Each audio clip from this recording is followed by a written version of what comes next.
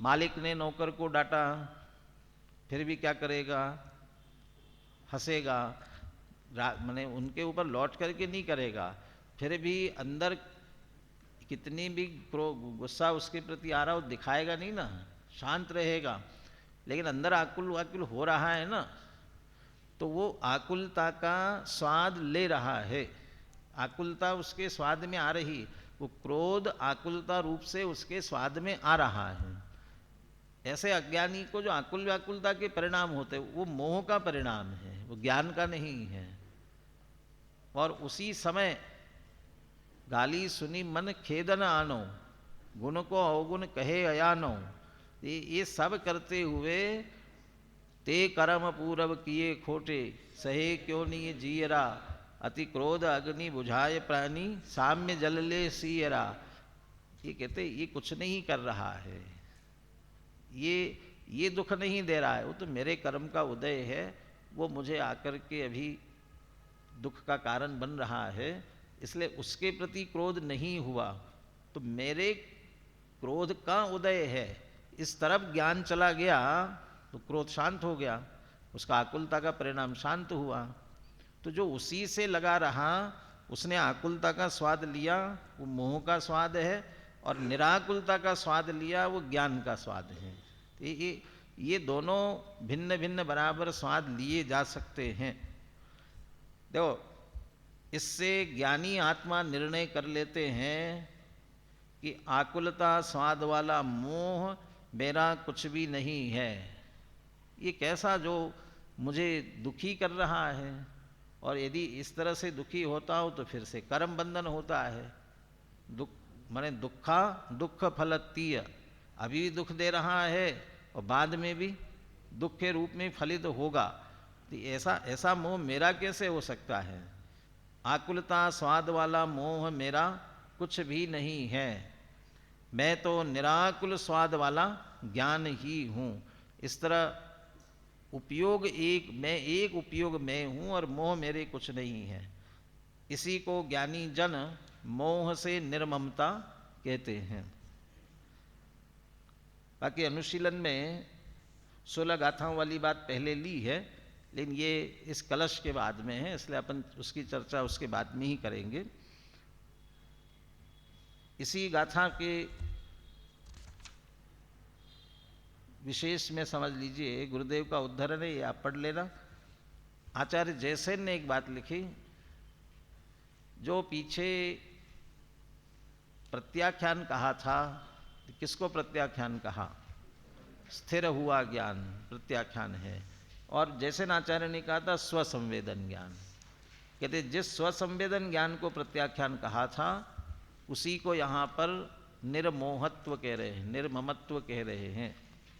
तो मोह से भिन्न मैं उपयोग में हूँ, ऐसा जिसने स्वसंवेदन किया है वही मोह के प्रति निर्मम है, और वही निर्मोह है, निर्ममत्व निर्मोहत्व। तो वो स्वसंवेदन ज्ञान ही निर्ममत्व और निर्मोहत्व है। ये विशेष बात जैसे आचार्य की आई। अब इसी भावना को पुष्ट करने वाला कलश, 30 नंबर का कलश, इसमें पूछना है किसी को कुछ, फिर से पढ़ा हो तो पूछोगे, पढ़ाई नहीं होगा तो क्या पूछोगे, पढ़ना चाहिए, अनुशीलन भी पढ़ना चाहिए था। अभी इससे साथ में मैं पूछने वाला हूँ आपको बाद में ही, भावक भाव कौन से और गेय भाव कौन कौन से। चलिए अभी पूरा अगला कलश, 30 नंबर का कलश, कलश बुलवाता हूँ। सर्वतः स्वरस निर्भर भावम, चेतये स्वयमहं स्वमिहैकम्, नास्ति नास्ति मम कश्चन मोहान्, शुद्ध चिद्घन महो निधिरस्मि।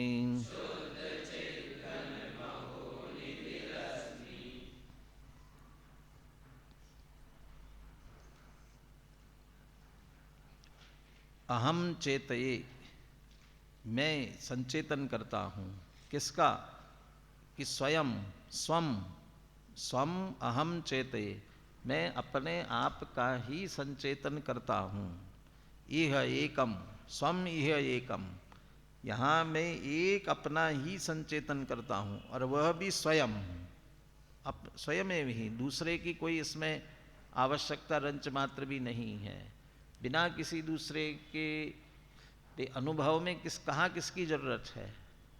यहाँ और कामों में दूसरे की कदाचित जरूरत पड़ती है, लेकिन अनुभव के लिए किसकी जरूरत है?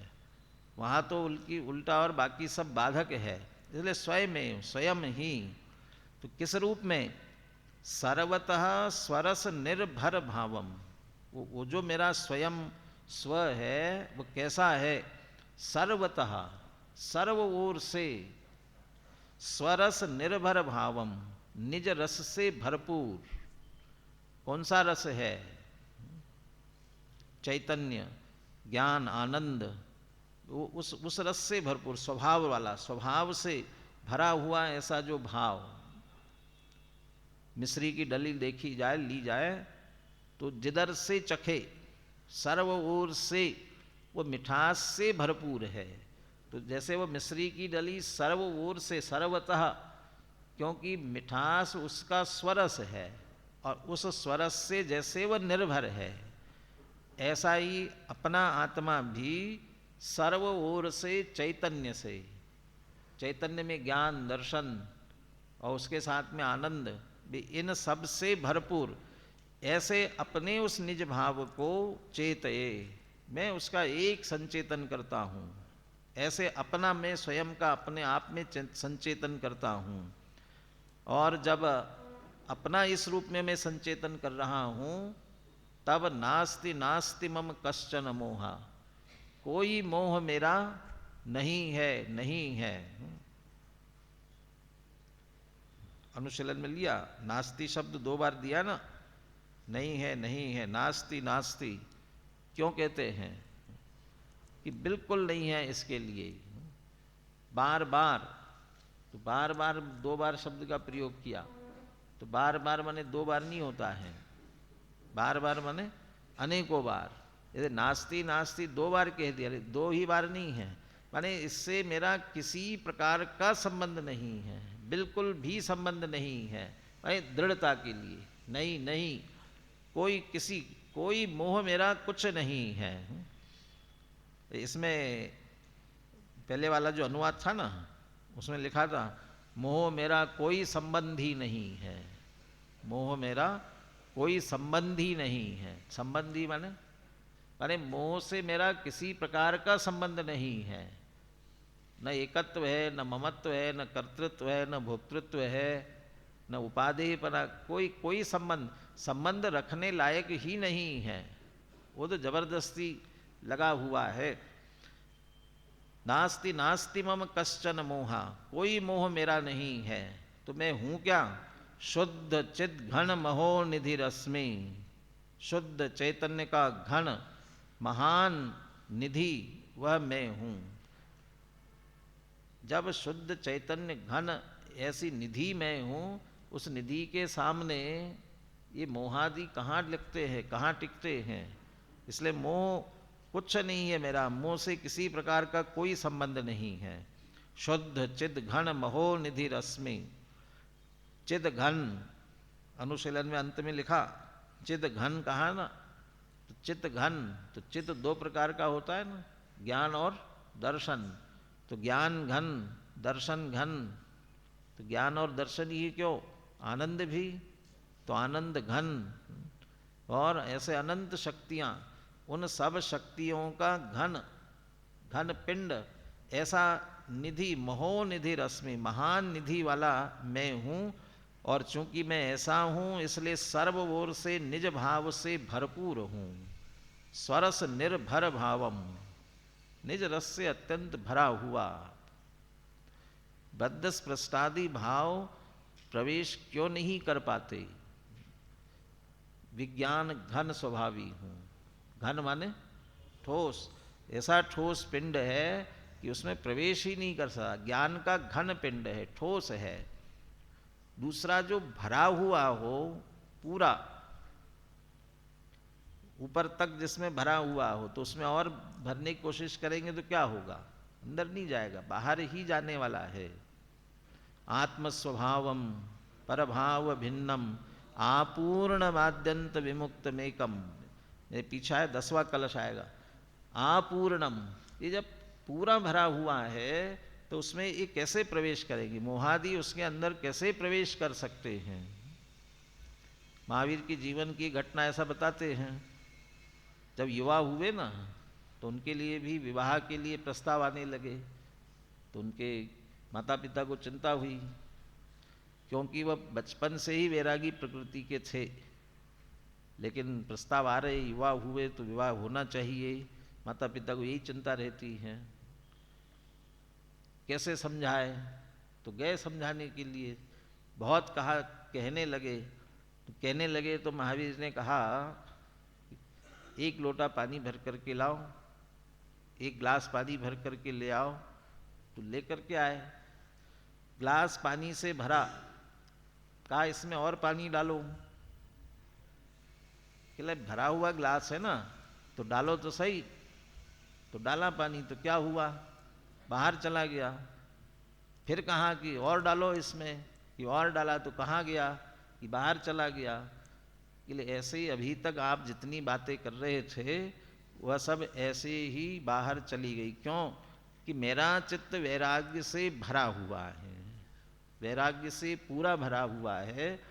इसलिए उस वैराग्य से भरे हुए चित्त में आपका राग प्रवेश नहीं कर सकता। आप जितनी राग की बातें करेंगे वो क्या हो जाएगा, वो बाहर ही बाहर चला जाएगा, अंदर नहीं प्रवेश कर सकता। ऐसे कहते स्वरस निर्भर भावम, चैतन्य के निज रस से, चैतन्य से मैं भरपूर हूं, आपूर्ण, कोई गुंजाइश नहीं है, थोड़ी सी भी गुंजाइश नहीं है। इसलिए मोह कहाँ प्रवेश कर सकेगा। नीचे ये बात इसमें आई थी, पर भावे न भावयितुम अशक्यत्वात्, परस्पर असाधारण अवगाह से निवारितुम अशक्य। परस्पर एक असाधारण होने का निवारण करना तो शक्य नहीं है, वो तो एक में एक तो होंगे, लेकिन फिर भी पररूप नहीं हो सकता है, वो एक दूसरे रूप नहीं हो सकता। इस कारण से वो एक रहेगा बराबर, एक दूसरे रूप नहीं होगा, मिलाना उसमें, तो वो एक दूसरे में प्रवेश नहीं हो सकेंगे। तो ये सर्वतः स्वरस निर्भर भावम।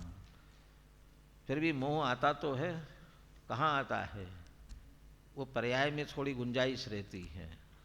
वो पर्याय जब स्वरूप का लक्ष्य नहीं करके, क्या कहना चाहिए, ढीली रह जाती है ना, ढीलापन रहता है, कमजोरी रहती है, तब वह प्रवेश कर पाता है पर्याय में भी।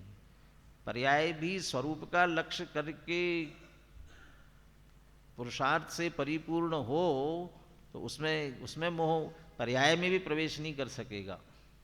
स्वभाव में तो प्रवेश करता ही नहीं है, लेकिन जिस पर्याय ने स्वभाव का लक्ष्य नहीं किया, स्वभाव का लक्ष्य नहीं करने के कारण से जो कमजोर रह गई, उस पर्याय में वो रागादि होने की संभावना। लेकिन स्वभाव का लक्ष्य करके जो पर्याय भी अपने आप में समर्थ हो गई, उसमें भी मोह नहीं आता। यहाँ तो स्वभाव में मोह प्रवेश नहीं कर सकता, इसलिए मोह मेरा कुछ भी नहीं है, मैं चैतन्य घन का महान निधि हूँ, ऐसा ज्ञानी ये अनुभव करते हैं। अनुभूति में परभाव का विवेक कैसे हुआ, यही पूछा था ना, तो अपनी अनुभूति भी बता रहे हैं। और उस अनुभूति में पर मेरा है ही नहीं, ऐसा जो संचेतन, नास्ति नास्ति मम कश्चन मोहा, मोहादि मेरे कुछ भी नहीं है, ये संचेतन बराबर निरंतर चलता है।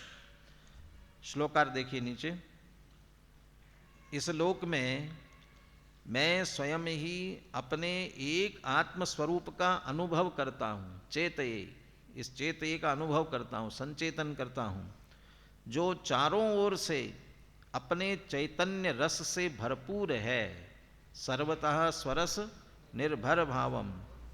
यह मोह मेरा कुछ भी नहीं है, वो मोह नहीं यह मोह को, वह मोह और यह मोह कौन सा? वो जो सत्ता में पड़ा हुआ है वो मोह नहीं, वो तो ठीक, वो कुछ नहीं कर सकता।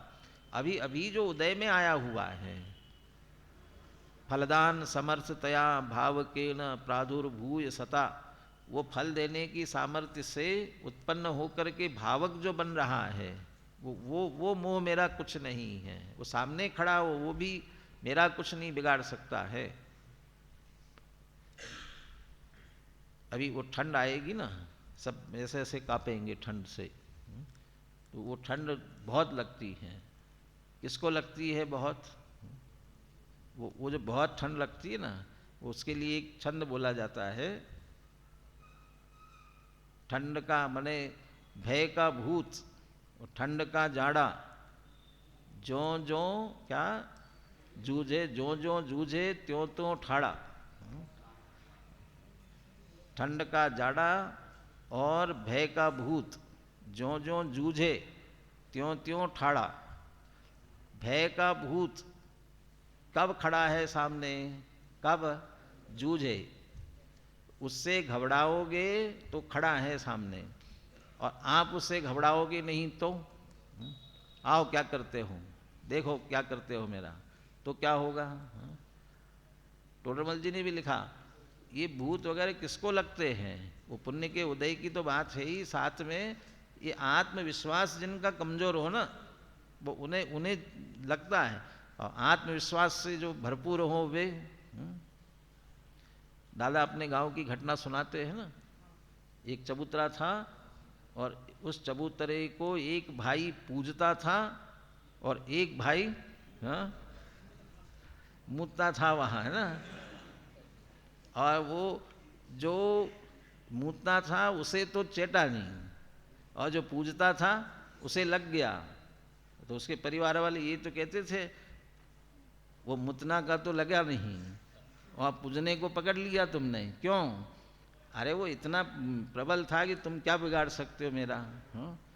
और वो बेचारा घबरा घबरा के पूजता था, तो घबराता था तो उसको पकड़ लिया। ये मोह से क्या घबराना, ये मोह क्या बिगाड़ सकता है? जब अपना सामर्थ्य खड़ा हुआ, मैं इधर इतना शक्तिशाली शुद्ध चिद घन महो निधि रस में, अपने निज रस से मैं भरपूर हूँ, चैतन्य रूपी घन निधि में हूँ, तो ये मोह मेरा क्या कर सकता है?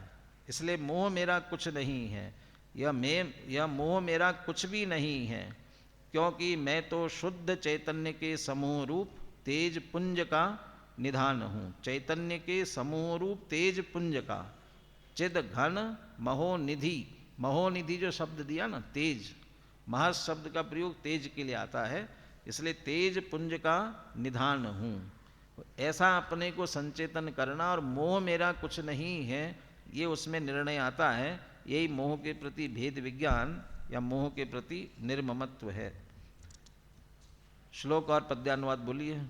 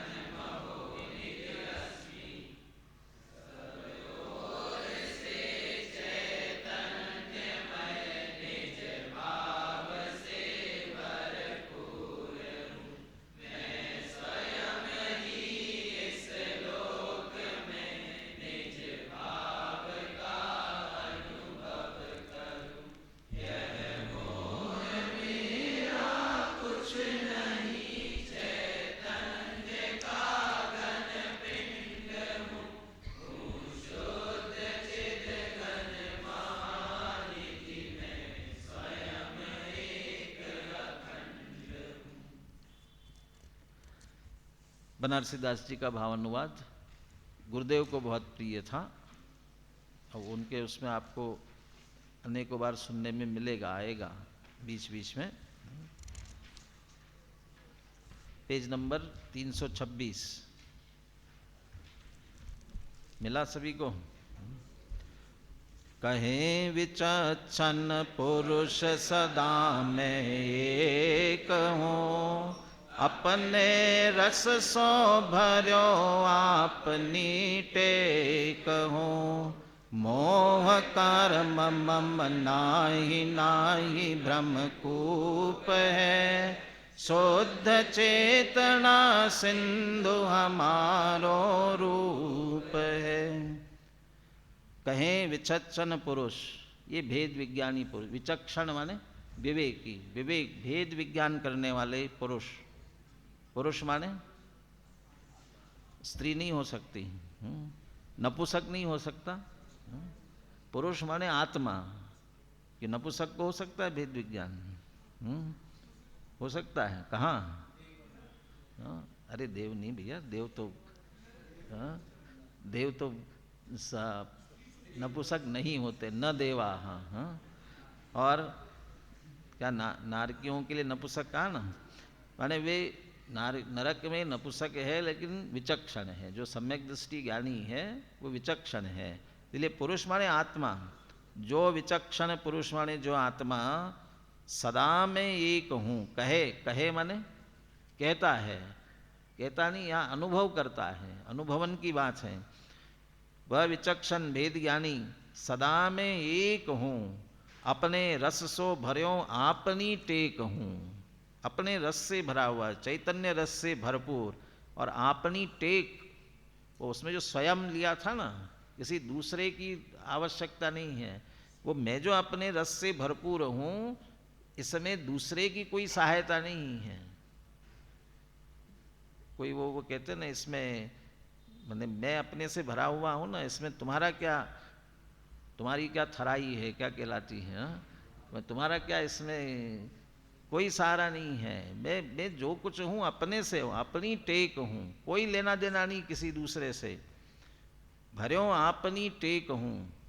अरे मोह करने के लिए दूसरे की जरूरत है, वो औपाधिक भाव है, वो कर्म की उपाधि से होगा। लेकिन ज्ञान करने के लिए किसी की जरूरत नहीं है। वो ज्ञान मेरा स्वभाव है, आपनी टेक हूँ। मोह कर्म मम नाही नाही भ्रम कूप है। मोह मेरा कुछ नहीं है, वो भ्रम का कूप है। शुद्ध चेतना सिंधु हमारो रूप है। शुद्ध चैतन्य रूपी सरोवर, शुद्ध चेतना सिंधु, ये हमारा रूप है, ये हमारा स्वरूप है। ऐसा भेद ज्ञानी निरंतर अनुभवन करते हैं। यही उनका मोह के प्रति निर्ममत्वपना है, और ये धर्म है। छह डाला का आज 12 भावना का पाठ कर रहे थे ना। धर्म, धर्म भावना क्या थी? धर्म भावना बोलिए। जो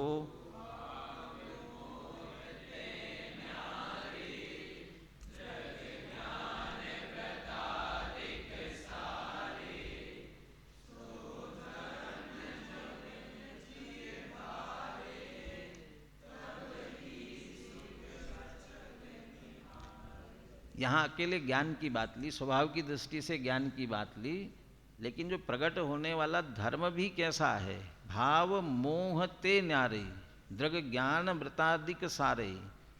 सम्यक दर्शन, सम्यक ज्ञान, सम्यक चारित्र, भाव मोहते न्यारे, वो मोह से भिन्न वो धर्म है। जिसमें मोह है वो धर्म नहीं हो सकता, वो अधर्म है। इसलिए मोह मेरा कुछ नहीं है, रंच मात्र भी उससे मेरा कोई संबंध नहीं है। सो धर्म मुनिन करी धरिए, तिनकी करतूति उचरिए। कौन सा धर्म धारण करते मुनिराज? जो भाव मोहते न्यारे, मोह भाव मोह से भिन्न जो धर्म वो धारण करते हैं। मोह सहित वाला नहीं। मोह हमारा स्वरूप नहीं, मोह हमारा स्वभाव नहीं है। ज्ञानी जीव कहते हैं कि मैं सदा एक ही हूँ, अपने अतीन्द्रिय आनंद के रस से सराबोर हूँ, मुझ में कोई कमी नहीं है। मोह कर्म और उसके उदय में होने वाले भाव किसी भी रूप में मेरे नहीं हैं। उन्हें अपना मानना भ्रम के कुएं में पड़ना है, और मेरा स्वरूप शुद्ध ज्ञान दर्शन चेतना का सागर है। कलश में नास्ति शब्द 2 बार आया है। जब कोई शब्द 2 बार आता है तो उसका अर्थ मात्र 2 बार नहीं होता, अनेक बार होता है। जैसे कोई कहे कि तू बार बार यही करता है, तो उसका अर्थ 2 बार नहीं होता, अभी तो अनेक बार होता है। आचार्य कहते हैं कि भाई तुम बारंबार ये विचार करो कि मोह मेरा कुछ भी नहीं है। 2 बार नास्ति शब्द का प्रयोग करके आचार्य देव इस बात पर वजन डालना चाहते हैं, वे कहना चाहते हैं कि चाहे 1 बार कहो या 1000 बार कहो, बात तो यही है कि मोहादि विकारी भाव और पर पदार्थ मेरे कुछ भी नहीं है।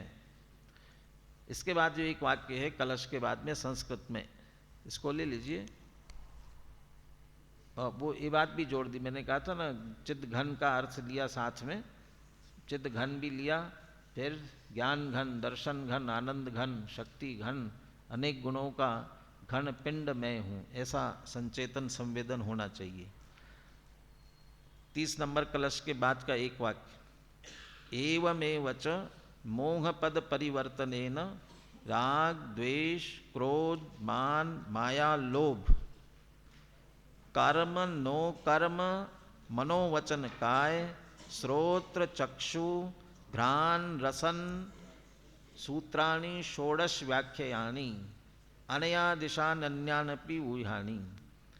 इसी तरह मोह पद बदल करके गाथा में जहाँ नत्थि मम को भी मोहो, ये मोह पद दिया हुआ है, उस मोह पद का परिवर्तन करके क्या करना, राग द्वेष क्रोध मान माया लोभ, ये बदलना। तो बदल करके माने मोह की जगह नत्थि मम को भी मोहो कि नत्थि मम को भी रागो, राग मेरा कुछ नहीं है, ऐसे ही द्वेष मेरा कुछ नहीं है, क्रोध मेरा कुछ नहीं है, मान मेरा कुछ नहीं, माया मेरे कुछ नहीं है, लोभ मेरा कुछ नहीं है। वहां वह पद परिवर्तन होता जाएगा। मोह पद परिवर्तनेन बुद्धि उवोग एव अहम एको, इसमें बदलेगा कुछ, इधर नहीं बदलेगा। मैं एक उपयोग हूं, तो इसमें उपयोग में नहीं बदलते जाना है क्या, इसमें नहीं बदलना है, ये अपरिवर्तनीय है, ये स्वरूप है, ये स्वभाव है।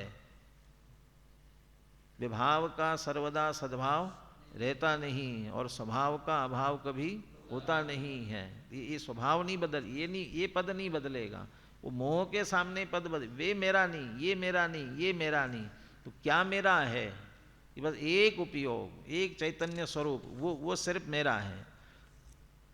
फिर कर्म नो कर्म मनोवचन काय श्रोत्र चक्षु घ्राण रसन स्पर्शन सूत्राणी, ये सब मिलाएंगे तो 16 हो जाएंगे, गिन लेना उसमें से। प्रश्न यही है जो अभी नहीं, बाद में लेंगे इसको। अब ये जो राग द्वेष क्रोध मान माया लोभ, ये तो भावक भाव है, ये विकारी भाव है। लेकिन कर्म नो कर्म मन वचन काय और श्रोत्र चक्षु, ये तो इंद्रियां हुई ना, तो ये जो सभी है, ये 16 बनाने के लिए कहा, तो क्या ये भी भावक भाव है क्या गेय भाव है, कर्म नो कर्म आदि। मोह राग द्वेष जो भाव है, औपाधिक भाव है, तो उन्हें तो भावक भाव कह सकते हैं, मोह कर्म के उदय से होने वाले। कर्म नो कर्म आदि को भी कहना क्या, अभी गेय वाली बात और पढ़ेंगे अपन, उसके बाद पुनः इस पर विचार करेंगे। लेकिन यहाँ तो ये कह दिया कि इनको भी जोड़ करके ये भी मेरे नहीं है, ऐसा भेद विज्ञान इनके माध्यम से ही करना।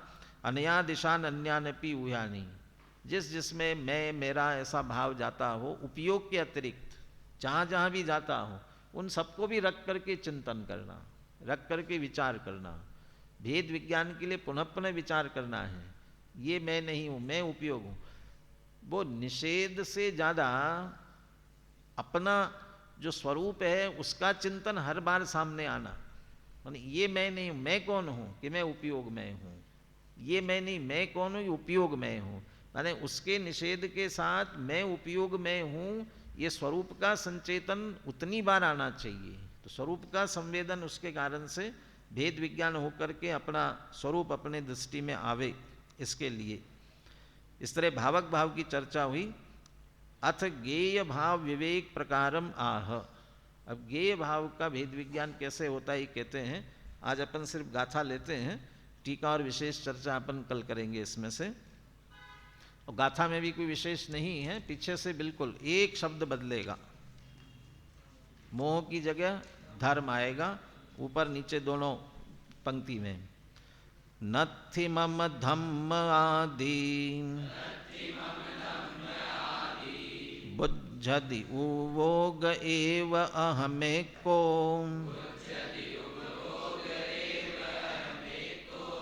तम धम्मनिं ममत्तम समयस्य वियाणया बेन्ति।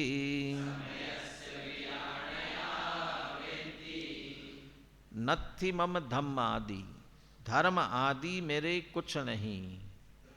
जैसे वहाँ मोह आदि कहा था ना, नत्थि मम, अच्छा वहाँ तो को भी मोह लिया, चूंकि को भी मोह लिया इसलिए अमृतचंद्र आचार्य ने फिर मोह पद बदल करके ये सब लगाने के लिए कहा।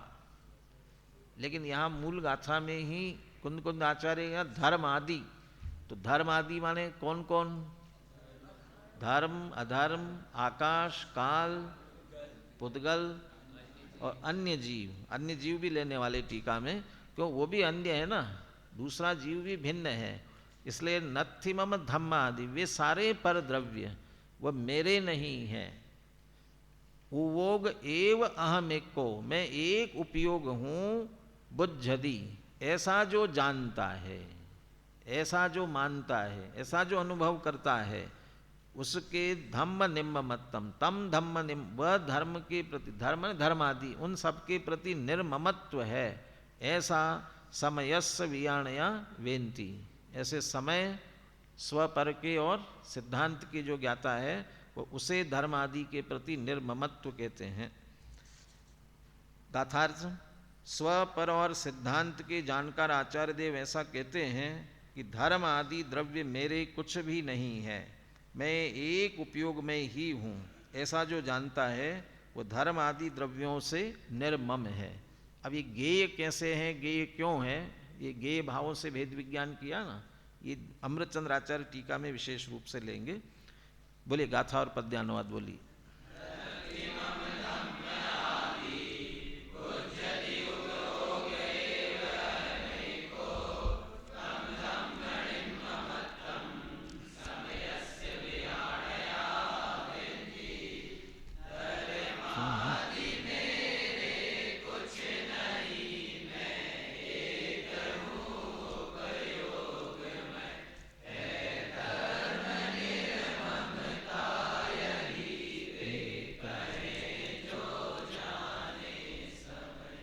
बुद्धि उवोग एव अहमेको, मैं एक उपयोग हूँ, इसका संचेतन चले तो अपने आप ही भावक भाव से भी और गेय भाव सबसे भेद विज्ञान इसी के द्वारा संभव हो सकता है। इसलिए ऐसा संचेतन हमें निरंतर चले, इसी मंगल भावना के साथ।